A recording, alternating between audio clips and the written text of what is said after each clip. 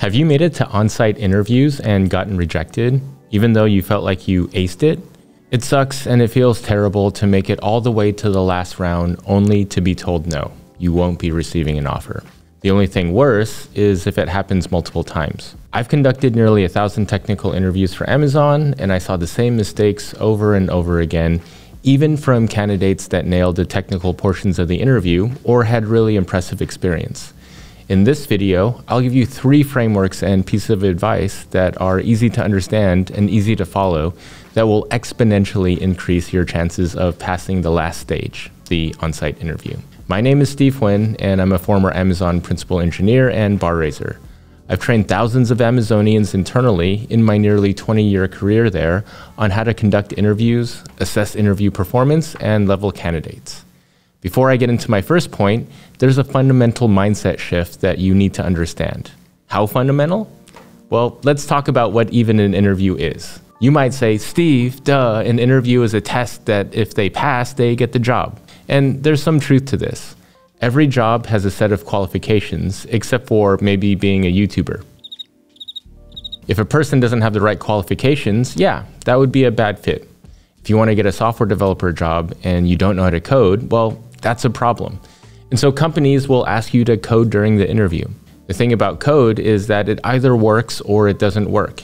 You can't really fake it, no matter how charming or charismatic you are. But that doesn't mean you should treat the interview as a pass-fail test. Suppose there was a person, let's name him Evan. Evan is a genius. He can do LeetCode hard questions in his sleep, in any programming language. But he was rude, condescending, and disrespectful during the interview. He badmouthed his former company and coworkers, and his body odor was intense. If interviewing was a technical test, Evan would have passed it, but it's not. And that's my first point. Interviewing is about answering the questions, do I want to work with this person, and do I want this person on the team, rather than did this person pass the technical test? Suppose you're in the market for a house. I know it's an unlikely scenario given today's circumstances, but humor me. A house purchase is a big deal. You have to save up a ton of money for a down payment, and closing costs and fees mean that if you make a bad decision, it's going to cost you a lot of money if you want to get out of that deal. But the biggest risk for buying the wrong house is time. You're going to be stuck in the wrong house for a long time trying to unwind the bad decision. And that's the same thing for employers. It costs money to hire a software developer. There are a lot to choose from, and making a poor decision will cost them a lot of money, effort, and time. And so think of the qualifications of a job being like the physical listings of a house. You're in the market for a 3-bedroom, 2-bathroom house with at least 2,200 square feet in a particular neighborhood that fits your price range. If I found you a listing with pictures that fit all of those criteria, would that mean that you would buy that house sight unseen? For most of you, no, you wouldn't do that. Now, why is that? Because the listing, the qualifications themselves, don't answer the question, do I want to live here? Or in the case of interviews, do I want to work with this person? You've got to see if it's on the street with a lot of traffic or not. Is the layout weird or does it make sense? Is it the nicest house on the street? Is it right by the dump? The interview is much, much more about the fit because the stakes are high rather than these strict qualifications. Don't think of the interview as a test where everything is about the right answer. That's not useful. Guys, it's 2024, and if you don't have a password manager, that's like securing your database with the password 123 sticky on your monitor. As a tech professional, you know the importance of protecting sensitive data and how hard that is without help. That's where NordPass comes in. NordPass is an effortless to adopt password manager for both businesses and individuals.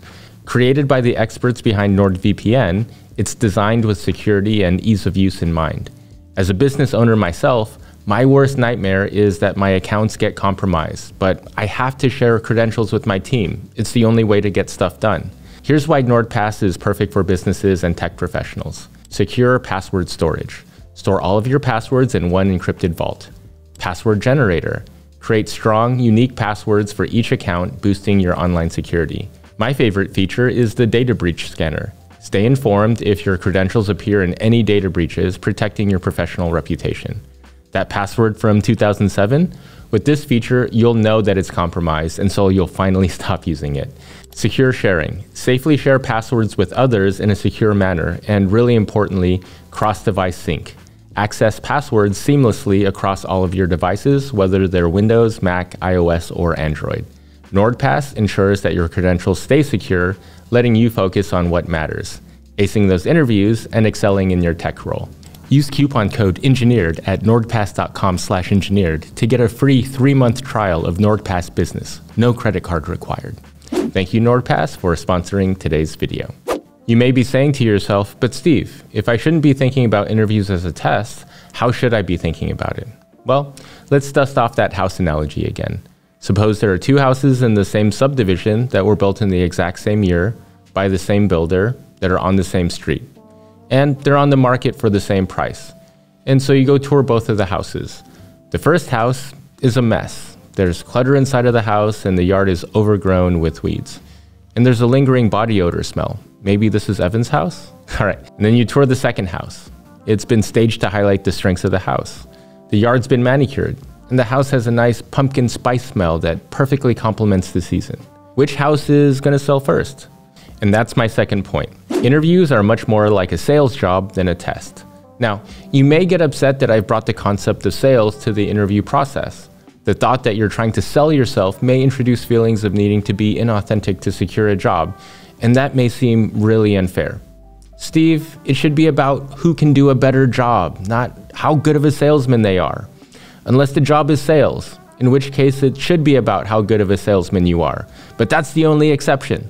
Listen, I'm not telling you to be unauthentic, but you do need to carry yourself and speak a bit differently in an interview setting.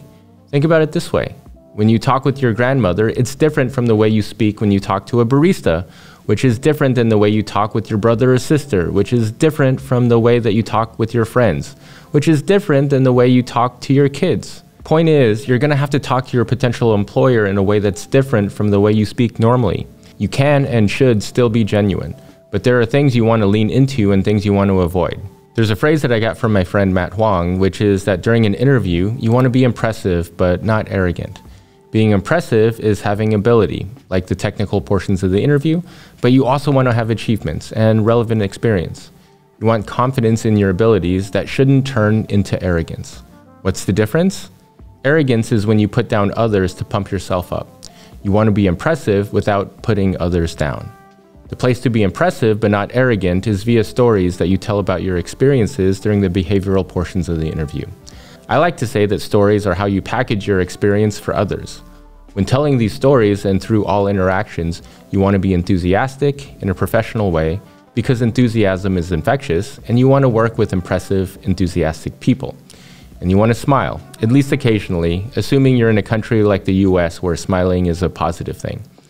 Don't want to act confident? Don't want to try to impress? Don't want to be enthusiastic because you're not enthusiastic by nature and hate to smile? Well, then you're going to be unemployed. Stage your house and put it in the best possible light. Don't, and the only time that you'll get a job is when employers are really desperate, which I hate to break it to you, is not now. Before I get into my last point, let's talk about the fact that you got an on-site interview to begin with and how that itself is an accomplishment. You applied to a job that dozens, if not hundreds of people also applied to. You got a call back from a recruiter that further assessed you qualify for this job.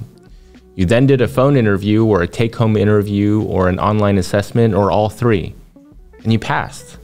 And then you did a full interview loop, which consisted of 4 to 6 or 7 people barraging you with highly technical questions and questions about your prior work experience that you had to answer at a high level on the spot.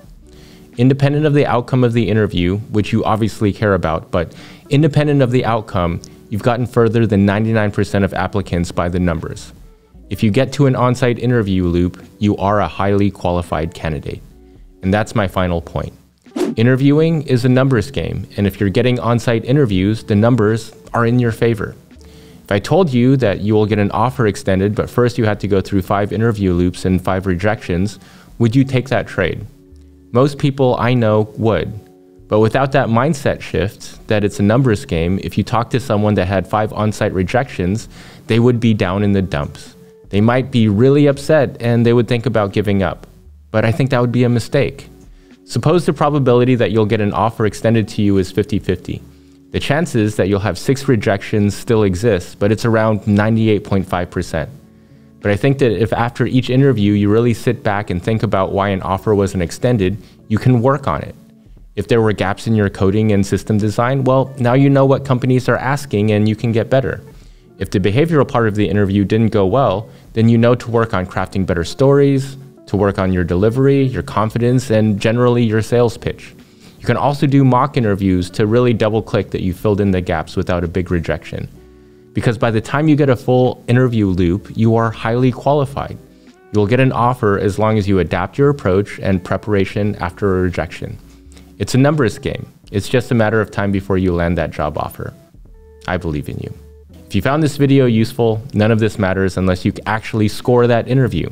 Check out this video on what I would do right now to find a job in today's difficult environment if I were looking for a job. I know for a fact you're not doing everything in that video.